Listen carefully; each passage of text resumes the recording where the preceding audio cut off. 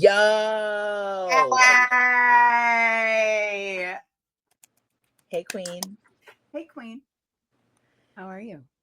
It's so good to see your face. It's always good to see your face. You just light up my world. Oh, I love you. the I'm going feeling's to share. mutual. Yeah, thank you. I appreciate that. But I'm going to share, there's this app called I Am, and I've been doing, little affirmations every day. And one popped up yesterday that I immediately woke up and I was like, I have got to send it. It was talking about the teachers in your life and how amazing the teachers are, and they teach you things and they guide you. And I sent it to you because truly you have been the most influential teacher in my life, because this has been a journey, and to have you mentoring me, loving me, teaching me things, it just makes my life so much more fruitful to have you in it. And I just shout out to I Am, but shout out to Jennifer Kumiyama, because you are the queen, the teacher, the mentor. I love you. I love you more. And it's so weird to think of myself as Yoda, because I just call myself Yoda.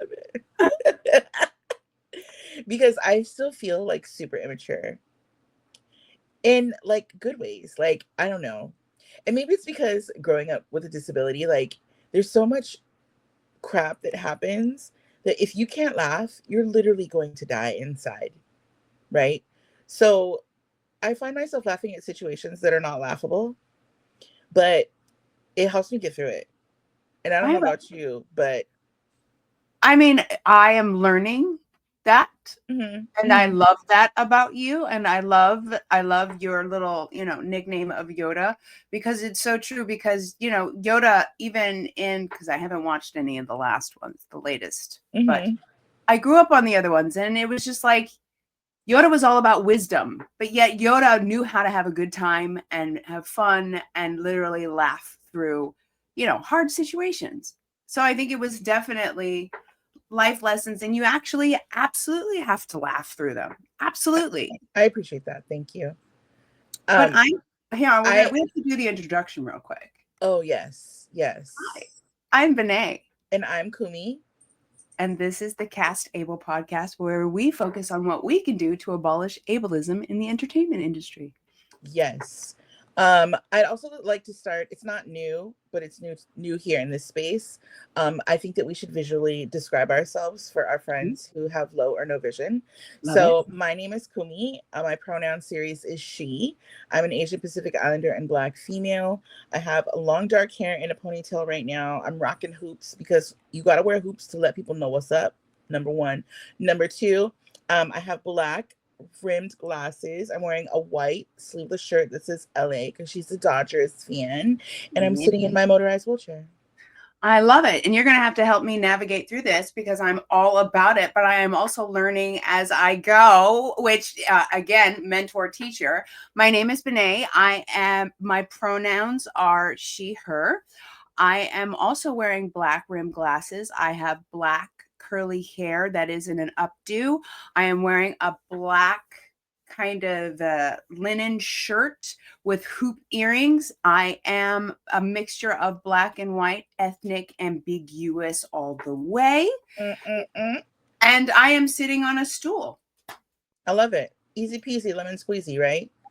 I oftentimes think about like the things that we can do, the little things that we can do to make people's lives to be more accessible and to make people feel like they truly belong. And oftentimes I'm the only person that visually describes in a space, and I encourage other people to do it.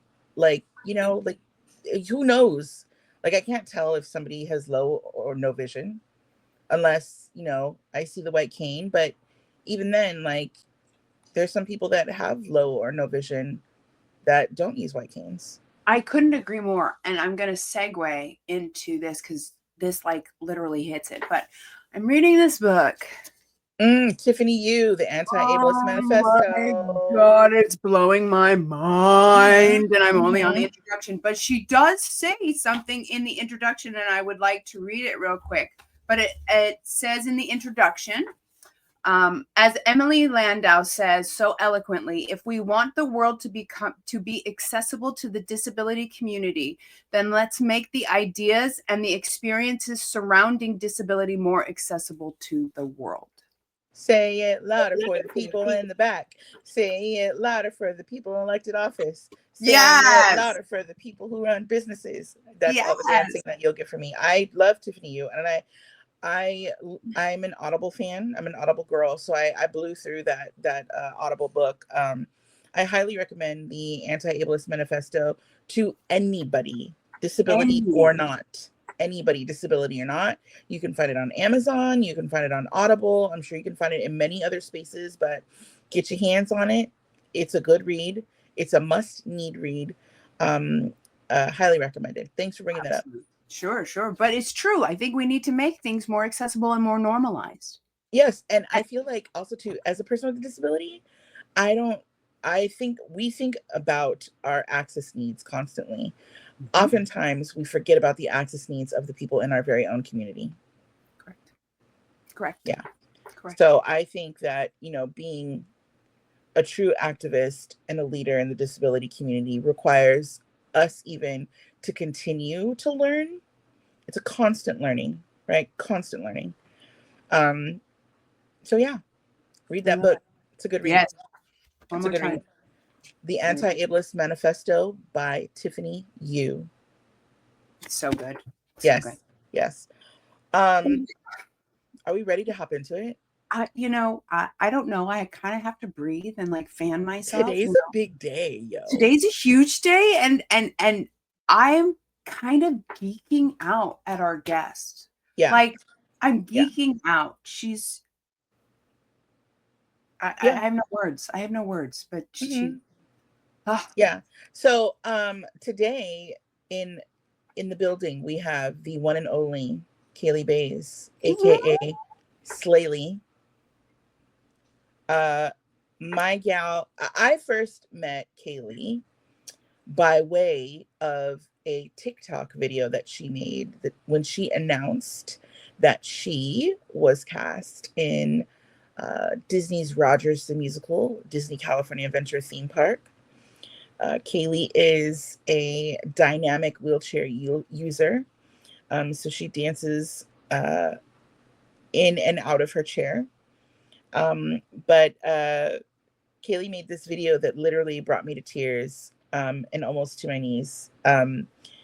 I, as a lot of you know, was the first person with a physical disability, specifically in a wheelchair, to be on any Disney stage in the world. And it took a really long time for number 2 to come along, but number 2 is Kaylee. So just watching that video of her announcement, and it just radiated joy. It brought back so many memories. And she's been kicking ass and taking names ever since. Kaylee was featured on So You Think You Can Dance, season 18. She's a mentor in her own program that she created called the Slay Squad, which they need to get t-shirts because I want one. I want one too. And Kaylee is literally just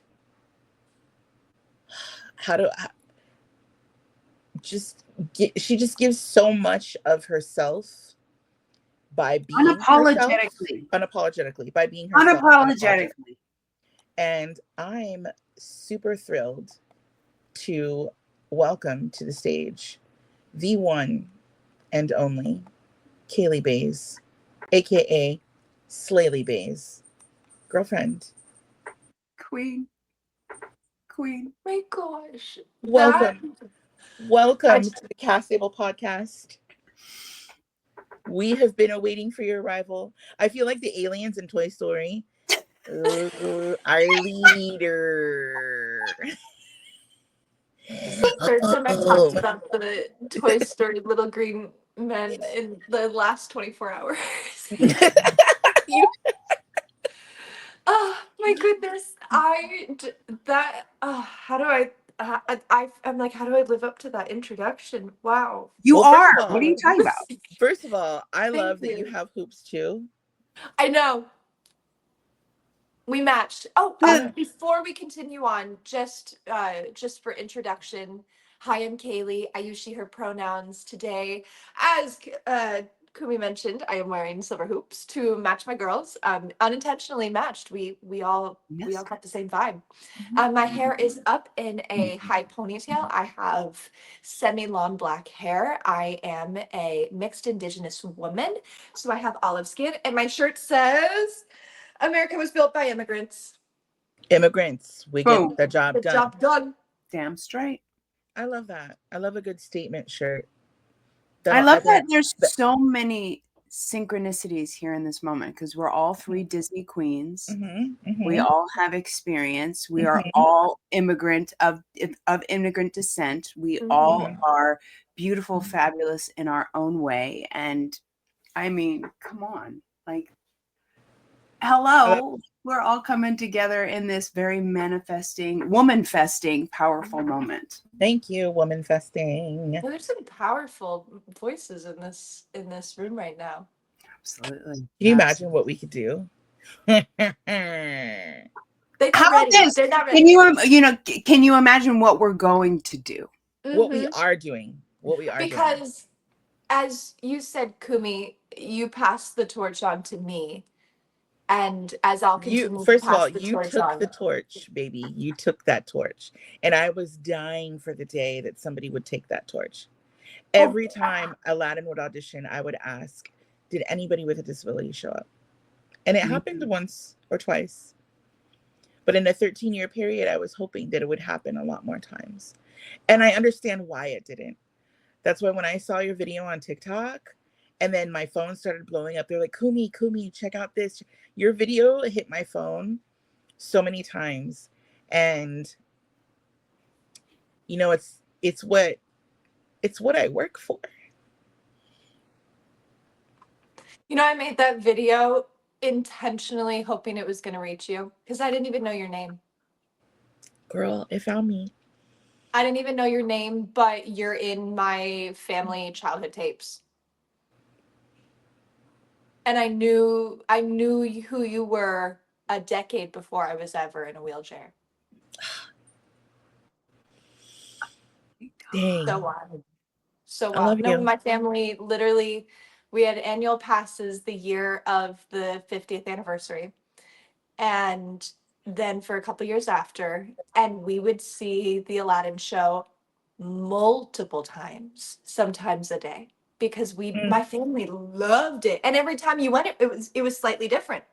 There was something always, and that was what was so beautiful about that show, is that you could go see that show twice in the same day and you'd have a different experience. You get different jokes. You would still have the same moments, but it was fresh. Every single show was fresh. Yes.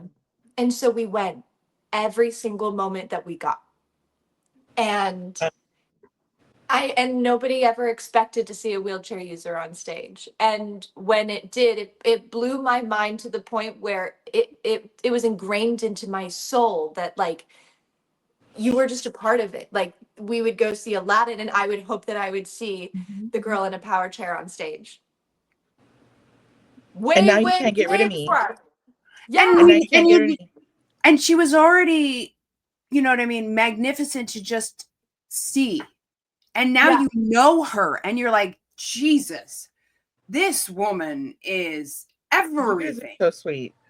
Everything. No, and she's everything to me in so many ways now, beyond just the representation I had when I was 10, 11 years old, decades before I'd be here. Dang, y'all got me. I love you guys. I love you guys so much. Thank you. I want you to share, Kaylee, a little bit about what your life was like when you transitioned into being a dynamic wheelchair user. And for those of you who aren't aware of the term dynamic wheelchair user, it's people who use wheelchairs sometimes as needed. Yeah. Can you share a little bit about that? Absolutely. So where I'm at right now, in my own journey with my condition, is that I use my wheelchair primarily for going places outside, whether that be going down the street to the grocery store, or day outings. Pretty much most of the time when I leave the front door, I use my chair. There are some days where I may have to use it inside the home too, depending on my body, but I try to walk inside my house as much as possible. It just means I use my wheelchair as needed to allow for my body to continue to get through the day. And even sometimes, some days that's not enough. And so we have to find ways to continue to honor our bodies wherever they're at. But I became I'll go back to, I was diagnosed with Ehlers-Danlos syndrome in 2018. I had had spinal issues my whole life. I also have spina bifida, and I had had symptoms, but there was never a clear diagnosis. And most people with EDS, it gets worse over time, just because it's a progressive connective tissue disorder. So when I was 18, I got a job at Disneyland, and I had moved down here when I was 17 for college from the Bay Area. And I've been living in LA on and off ever since. But I was working at Disneyland dancing in the parades when most of my major symptoms started to hit. And so in 2018, I left Disney thinking I was never going to come back. And I received my diagnosis.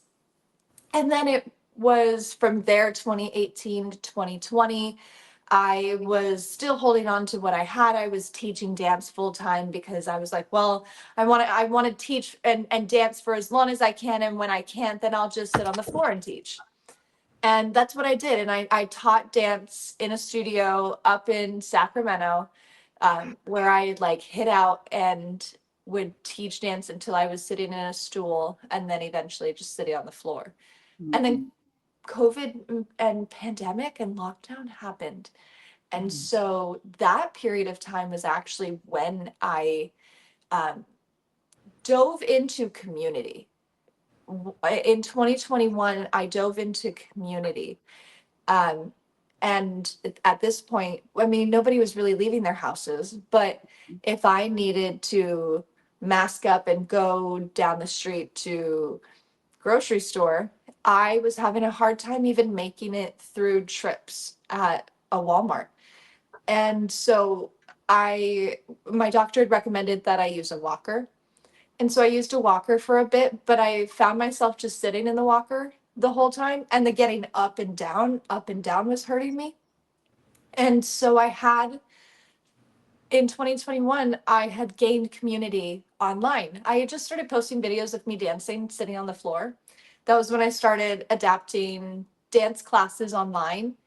And I would adapt these classes with these legendary choreographers in YouTube videos, choreographers who I would later on go on to work with, and know personally and love and be trained and mentored by. But I was sitting on the floor adapting their choreography, gained community. And in community, I met others with my condition who were wheelchair users and had talked about how suddenly they had freedom. And it was something to claim and love. And the word disabled wasn't bad, and it wasn't something to be feared, as I had believed for years and years and years. And so I went back to my doctors and was like, I was honest. I was like, hey, look, this is not working for me. I need something in order to just make it through life at this point.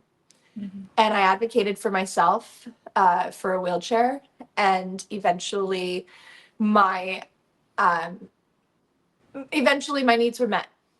And it took a long time, as you guys know, how long it takes to get a custom wheelchair. And so I went through my hospital chair phase, and then I had a loaner chair through an amazing organization called Triumph. And then eventually I got my chair. I happened to get my wheelchair 2 weeks before an audition for Disney. And Oh my God. Yeah. And so I got the chair, and it was bright orange at that time because the guy who made my wheelchair loves bright orange. And and it was slightly discounted if it was bright orange. So I took it. And so I showed up at an open call audition for a Disney musical, and I had been contacted through Instagram at this point, inviting me to go. And I thought it was a scam because I had worked with Disney before, and I was like, why on earth would anybody from Disney reach out over an Instagram message? But I didn't realize that I had created enough of a conversation and Yeah. enough of a stir on social media. By this point, it was very beginning of 2023. I had posted enough, and I had been in spaces. I had been dancing in dance classes here in LA in my big loner chair, and I had been showing up enough that somebody from Disney noticed, and they were looking to make sure that they were casting diversely. And so they brought me in to an open call audition, and I ended up making it all the way through, to where I was like full on flaring in the hallway of the auditions on the ground. I had passed out, but nobody knew. I was like in a corner. I had like passed out. My feet are up in my wheelchair. And this girl comes over and introduces herself and just starts talking to me. And she's my best friend now, who lives on the 7th floor of my building, because we met at the auditions and we both got cast. And we both ended up going on to Rogers, the musical, together. Ugh. And so Rogers was literally right after I got my chair. I learned how to be a wheelchair user at Disneyland. Like truly, that was my beginning stages of like learning how to own the movement of wheel work on wheels that were like made for me, shaped for me. I learned it in real time in Rogers. But yeah, that's my journey of becoming a wheelchair. That's amazing. That's What a amazing. gift. 2 weeks before an audition. 2 weeks. 2 And weeks. and people who don't use wheelchairs, using a wheelchair, power or not, takes getting used to. Every time I get a new wheelchair, I have to get used to it.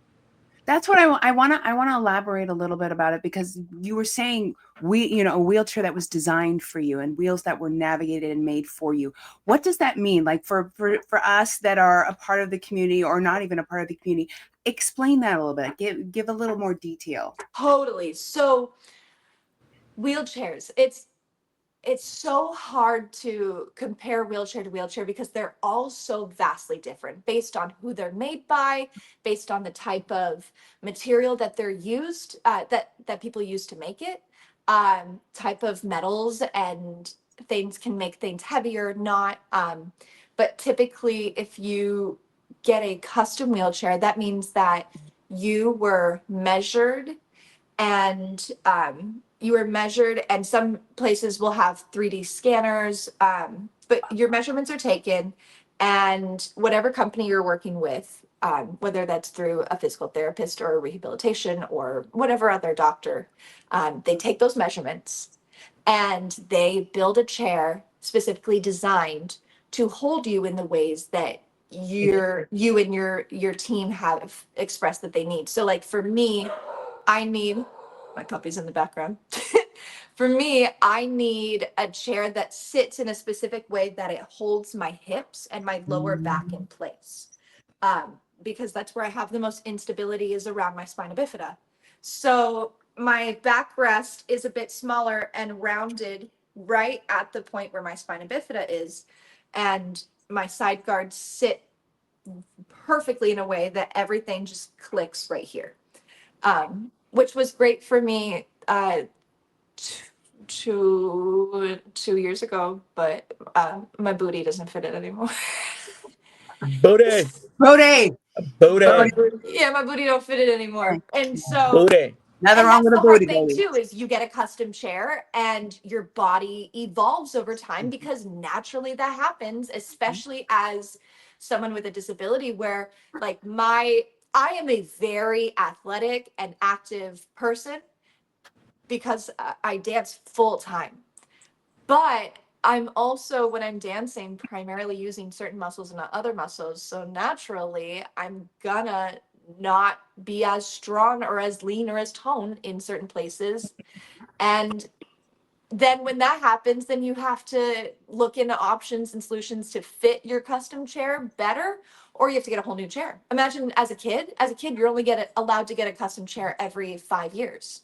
So these kids who are growing like weeds have to wait unless they have the money. And a custom chair can cost anything from, for a manual chair, 5,000, 8,000, 10,000. Average is about 10,000. A power chair, you're looking at straight up, correct me if I'm wrong, Kumi, 20, 30, sometimes $50,000. Yeah, my wheelchair is over $60,000. And insurance does not usually cover, or is It depends. It depends. Some people, no, because I say this wholeheartedly. This country and its medical system, or lack thereof, does not allow for anybody, disability or not, to thrive the way that they need to.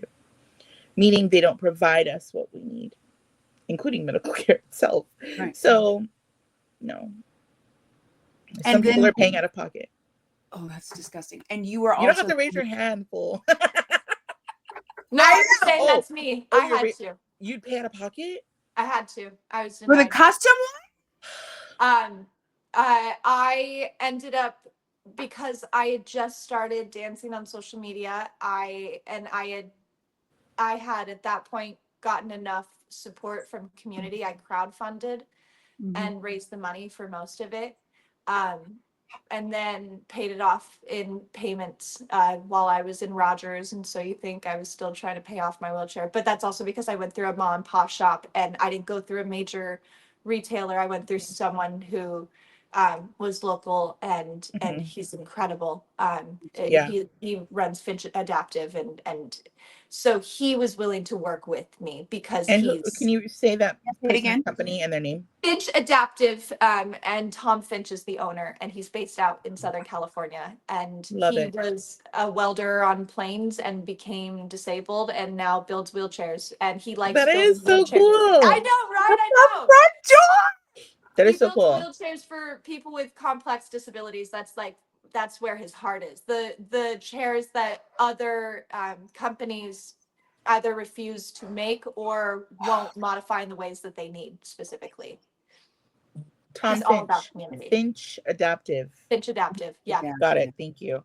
Yeah, that's a whole nother conversation, like the medical system and like needing durable medical equipment. But we can talk about that all day long. But I want to talk a little bit about what happened after Rogers, which was So You Think You Can Dance. Dance. We need an applause button. We need like applause. Dance. It was wild. Somebody from casting came and saw the show. They just happened to be in the audience at Rogers. And so they found me at Rogers first. Rogers hadn't even closed yet. I think it was, Rogers still had like 3 weeks. And I got the message on Instagram, pretty much where every opportunity I've ever had has come from. Wow. And it was I thought that was a scam too, because it was just this guy who said, "Hey, I'm casting So You Think You Can Dance," and the show had been dead for a couple years, so they were bringing it back, new format. Don't know if the new format quite worked, but we did the thing, and so I started prepping for So You Think. I got the yes right as Rogers was closing, so I was devastated losing this moment and this time that I had at Disney, and it was so special. You both know how special a cast there is, and it's something that I know I won't experience that same magic. I say the same thing all the time. I'll never experience that again. Never get that back. No. But I hold it and I cherish it, and same. Yeah, and I miss it every day. And it's the people. It's the cast. It's the people. It's the people. Cast. Oh, it's not. I don't even want to call it a cast because it's more like family. Yeah, you literally spend hours a day with these people daily. Cream of the crop, folks. Chef's kiss. Yeah.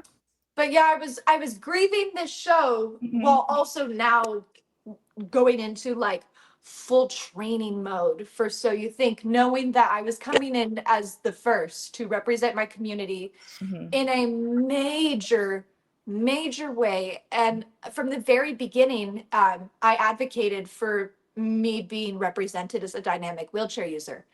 And so when I was choreographing this dance with Richard Elsie, who was the choreographer of my solo, we talked about things that would be important to keep in it. And something that was so important to me was getting up out of my chair. And so for a couple months leading up to filming So You Think You Can Dance in December, Rogers closed in August. And so during that time, I was full-time prepping physically for the show, because you don't know how long you're going to be on it. And from what I was told, I was going to be on it for quite some time. And so I was getting ready for that in training, but I was also in interviews and calls constantly with producers prepping my story for 3 months, on and off. Or maybe 2 months. For 2 months, we were prepping my story. So I would have like my once a week, almost like therapy call with a Fox producer, and she and I would sit on Zoom and we would talk about my life from beginning to that moment. And I was opening up about things that I didn't even remember. And then right before we went to actually go film in Atlanta, she said, okay, here's what we've built out of your storyline. So I knew what the storyline was going to be for the most part, at least the way that I was representing my own story and telling it in the audition. And then flew to Atlanta in December, still on the high of Rogers, and then did the thing. I love it. I love it. I loved watching you on my TV. I love watching people like us on my TV. I know that moment, just like Rogers, wow, powerful. And you met some amazing people, including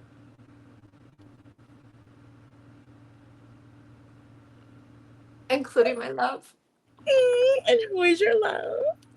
My love, her name is Ariana Santos. She's just lovely. Yeah, we met on the show.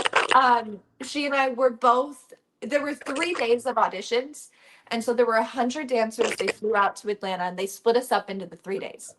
And Ari and I happened to be on the same audition day, which meant that like we were in the prep rehearsals together. We were in the prep producer meetings together. We were all at the same hotel. They told us all not to talk to each other.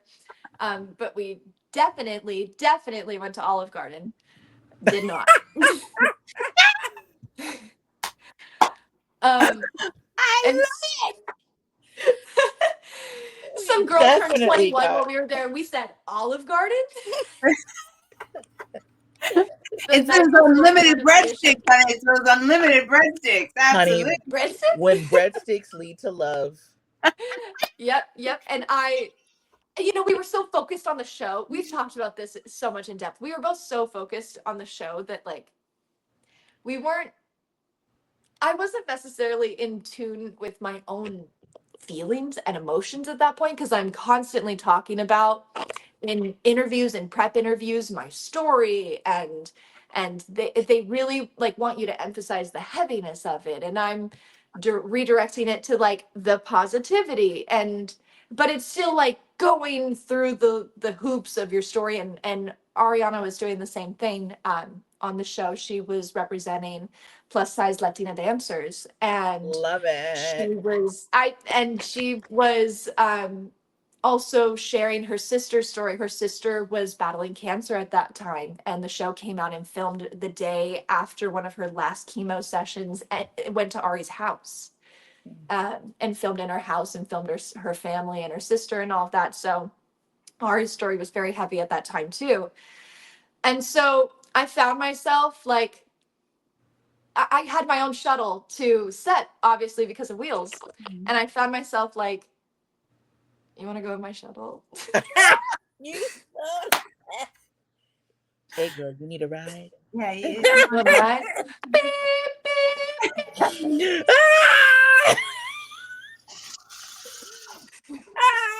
Because I really like you. And Cause so that's sexy. I uh, hate you. but you love me. I do. Oh my So God. Hey girl, Ari and come get in my I whip. we got eliminated together. We Oh, trauma bonded. We got eliminated together, and the night after we got eliminated was the best night of the whole week because everybody just didn't care anymore. We all just got to hang out, and then I ended up staying the night in Ari's room that night. But nothing. But it wasn't like that. I didn't okay. even think about it. I didn't even think about it in that moment. She was just like, we had like 2 hours left before we all had to leave to go to the airport to get on our planes. It was like 3 a.m. at this point.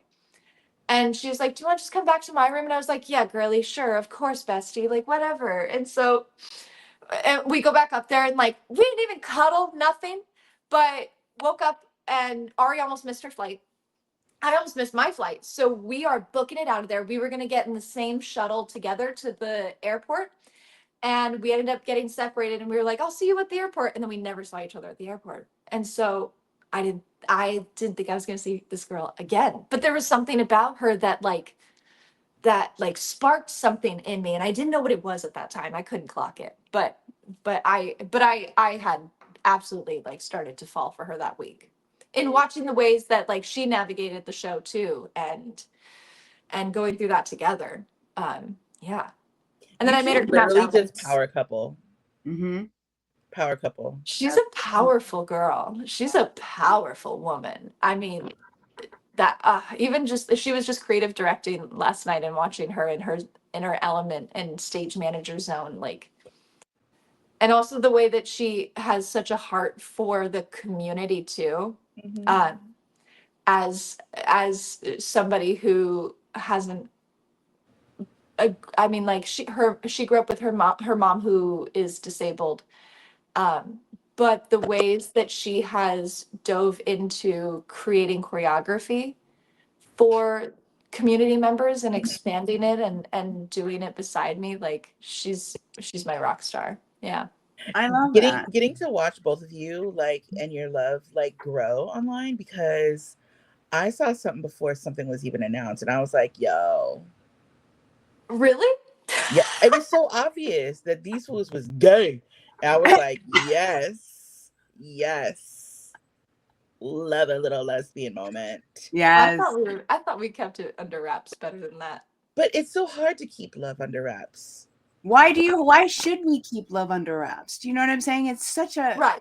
I did because we started dating right when So You Think came out. So we were both hot topics on the show because we're the checked boxes. Like Mm-hmm. we were the ones who were paired together in Reddit threads and Reddit pages where they're talking about how So You Think You Can Dance is gone woke. Now it's the girl in a wheelchair and a fat girl, and which, by the way, like, yeah.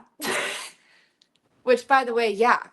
Yeah. And so it was, we were being talked about as hot topics at that time. And so then we were also like in the very beginning stages of dating, that like then to go and announce that at the same time that the show is coming out and the buzz of the show and the conversations of the show, both good and bad, it we wanted to go baby steps. Mm-hmm. And so we kept it in our circles Mm-hmm. for a couple months. Mm-hmm. Mm-hmm. And I Totally don't remember at what point I don't remember at what point I told you, Kumi. I don't remember, but Kumi was I one of the remember first to know. fishing. I was like, so what's going on? How are you doing? How's your friend? That sounds like you. how's your I love how you Oh always my have me God. involved. I can't. I love that. I love that. So I before we ask about what you're doing currently, I want to here on this podcast, we really focus on what can be done to abolish the ableism that runs rampant through our industry, which is the entertainment industry. In all of the jobs that you've had, what is something that you wish that people who hire you and people who lead you would realize about people with disabilities and different types of disabilities in this industry? Yeah. Oh no, do it again. Do it again. Do it again. Mhm. Go back. Do it again. Knock the wind out of me. She just crossed her eyes. She just Mhm. crossed her eyes in such a way that they almost touched each other. Like One. it's that. Yeah. It's that. I mean, I know there's many things, but if we can narrow it down to a couple, let's go. Bring it. I've one big one. Mhm. And it seems to be kind of it kind of aligns with what we were talking about earlier. Personally, for me, my big one is that we are so much more than our stories. That we as artists are so much more than the story of how we became disabled and the inspirational side of it, which is also a time that I honor and I choose when to use my story. And I use my story as a tool, but I want to also be seen as an equal artist for what I'm doing. I think it took me a long time to even feel like I was dancing to the same level as other people in the room as me, because I primarily only dance with the upper half of my body. And so it took me a long time to feel like I was even worthy of being in that room. And Rogers, I remember having this like existential crisis and this breakdown, because I for a while there I was like, okay, well, they only cast me because I dance decently and because I'm disabled, and they just wanted to check that box. And you know what? Maybe they did. Maybe they just wanted to check that box. But my best friend who was there by my side through the whole thing, basically slapped me across the face with, "It doesn't matter, you're here. So what are you going to do with it?" Boom. Bam. Boom. Some people's ignorance leads us to our best opportunities. And unbeknownst to them at that time when they choose us, we really like knock the wind out of them. Yeah. And they're like, oh, this is the real deal. Yeah. We've been the real deal. We've been the real deal since day one. Since day one. And it's so annoying that we still have to go above and beyond and prove ourselves into every space that we are brought into, that we break into, that we're, et cetera, et cetera. Right. And I agree. Like, I can totally validate what you're saying, where you were like, I didn't feel like I was dancing. I didn't feel like I was worthy enough, because I feel the same way in life. Do you know what I'm saying? As I have transitioned, I feel the same way in life. And I'm like, I totally validate that. And it's like, Kumi has also been one of those people that has literally said, no, you exist. You're here. We're all here. We're all here. Yeah, we're here, and that's it. Did we lose Kaylee? Where'd she go? Oh, hang on 1 second. No worries. Are you there? Did the lights go out? It was just, Hold on 1 second. Sorry. No worries, hold darling. on. You're fine. Sorry. It was too, I mean, she's too beautiful that the camera was just like, I need to take a break for a second because I just need to reboot. You know what I'm saying? Yeah, I think that, and to Kaylee's point, I do think that the number one thing that we can do as people in this industry have to fight all the time is, I think that we just need to be true to ourselves. Remember who we are. Like Mufasa told Simba, remember who you are. And also, every time I think about this stuff, and I know it's weird because it's another Lion King reference, but everything the sun touches is ours.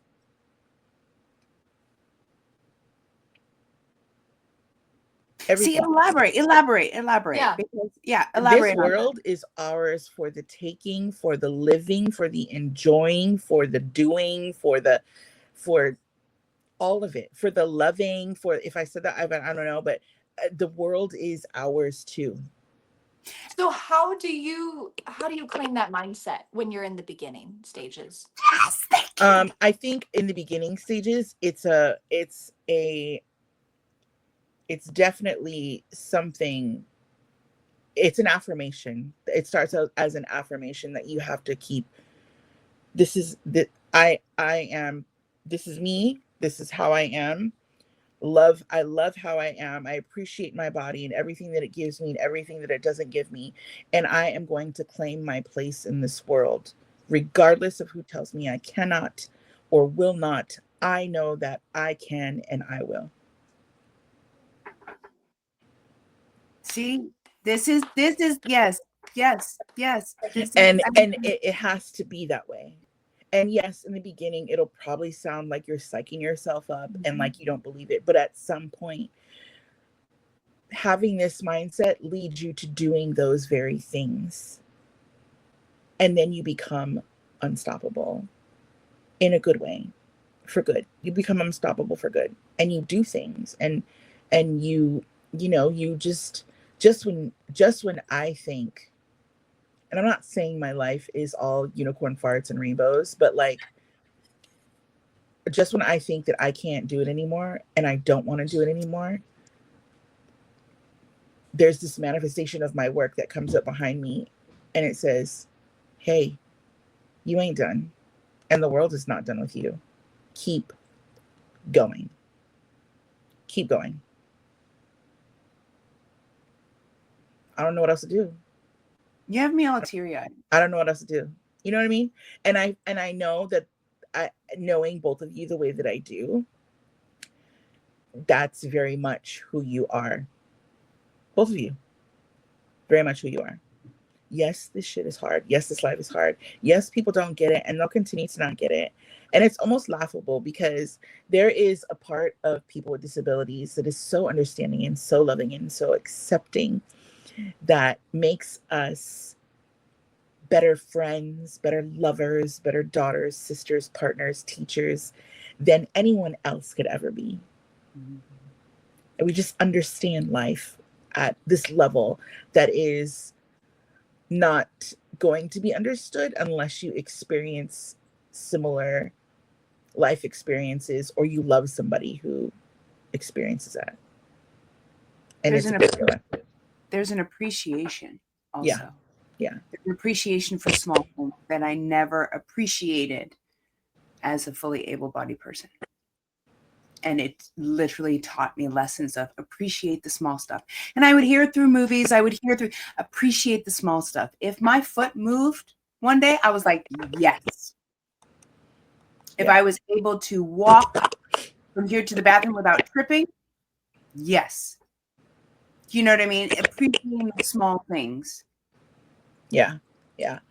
And I know that that's why you do a lot of what you do, Kaylee. What are you doing now?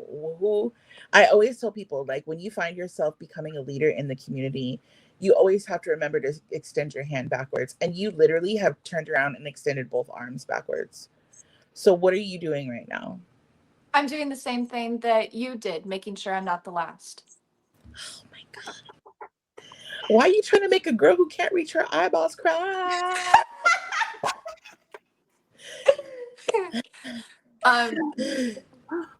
If you're really, look, I have this incredible opportunity that I don't take for granted at all, where I have built something over the last 3 years in a career that has gotten me into spaces and in front of people who one would dream of having the opportunity to talk to Lady Gaga about being dynamically disabled, and meeting choreographers who are legendary, who have created legends. Oh, I just turned sideways. Am I sideways to you guys? Yeah. It's magical. There she is. That was wild. But we adapted. Good one. We do. I'm having conversations with the people when I have the opportunities to. Oh, are you You're still good. there? Now I Yep. can't see you guys at all. I know. So I'm highlighting you're it. I'm making me highlighting friends. that pretty face. Oh, okay. I don't feel worthy. Oh, you better Quit. stop. Quit and keep talking. I have opportunities to have conversations with these leaders on the impact of hiring our community in these spaces, but also showing them infinitely um, how infinitely possible the possibilities are in what we do. Like, I don't even know what I can do yet. Mhm. And lifting up the next generation and people who haven't had that same spotlight yet, who just need somebody to say you can, and somebody to help guide and redirect on the days that you feel less as an artist because you have to adapt. And I'm trying to make sure that I'm not the last in these spaces, and that these next generations believe in themselves and know that they are worthy of these moments and these opportunities, Mhm. and that artistry is not defined by your abilities. Tell me about Slay Squad. I lead Slay Squad. Thus, Slay Squad was born. I started teaching dance in my living room immediately as soon as I got back from filming So You Think You Can Dance, because I knew that I needed to create something that would last longer than myself. And so I've made myself available to community members who have dreams and aspirations in being creatives. It's not specific to just dance. I've been a part of the process of some of my mentees publishing children's books. Yes. Some of my mentees have gone on to have these incredible dance opportunities, where one just got back from studying for 3 weeks in New York in a paid program and is now moving there, dancing in New York. I've had others who my passing of the torch on is one dancer in particular who was at every single show of Rogers that they could be at. And then from there, they started taking my dance classes online, and now they're a part of the junior program of Roulette, and they are in dance classes constantly and training. And they just booked their second music video that they've done this year, and that's Charlie Bannister. And so dancers like Charlie and the next generation of these community members who have representation on social media in a way that I didn't necessarily have. Social media was I'm not I'm not young, but I'm not old. I'm in that like gray area of like I don't really know what I am. But I remember when MySpace was born, and You ain't young. Yeah. I didn't realize. Yeah. and I remember when YouTube was born, Mhm. and I remember the days of having to actually turn on your TV and go on the cable and find the show that you wanted to see. And in none of that did I ever see somebody that represented me. In watching shows like So You Think You Can Dance, I never saw anybody like me, or what I was going to grow into. Mhm. And so whether it's people like Charlie, or these incredible young dancers who came out this year to Roulette's experience, and these dancers who are maybe 10, 11, 12 years old, who are starting dance competition teams and competing because of what we have been able to give them on social media. Those are the people that I want to work with. And so I run Slay Squad, where every week we meet and discuss different topics on being a developing artist, whether that's like specific to like, what is an agent? What does Mhm. it do? Mhm. Or like last week we were talking about an ego, like working through ego. Mhm. And it's an opportunity for people to also work one-on-one with me on developing whatever it is their goals and dreams are. For a lot of them, their big goal is I want to go to dance classes in Mhm. person. And so we work on how to go about that. We call together the studios and I teach them how to ask the questions of accessibility.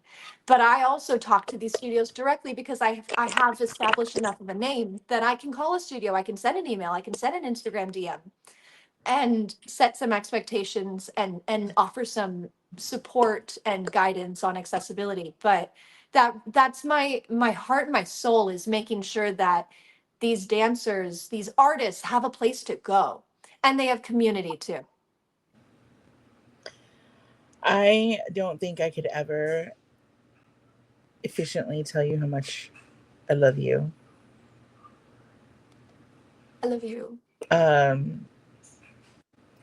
You just, first of all, I think I'm always, there is never a time where I hang up the phone with you or I get out of seeing you where I'm not just like, gosh, she's literally doing it. You're doing it. And you're so humble. You're so selfless. And I am just so proud of you. All parts of you. I'm just in awe of you. All parts of you.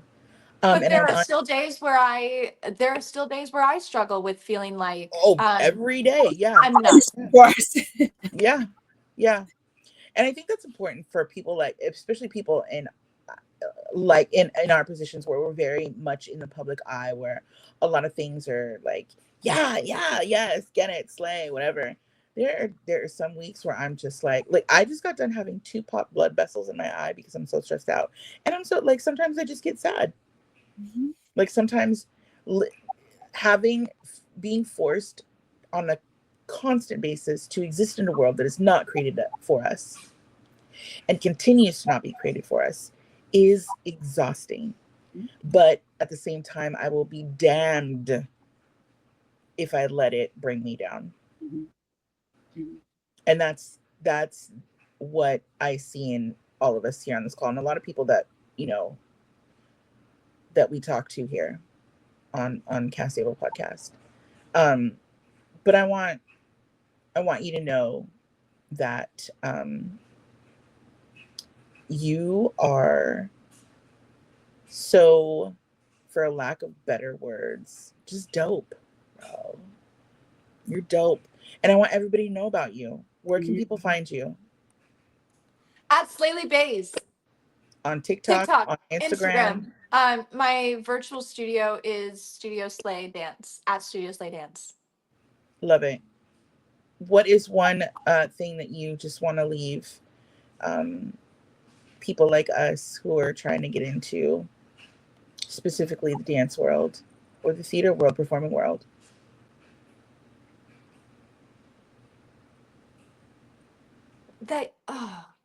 It's like that question you asked me earlier where you're like, pick one. I'm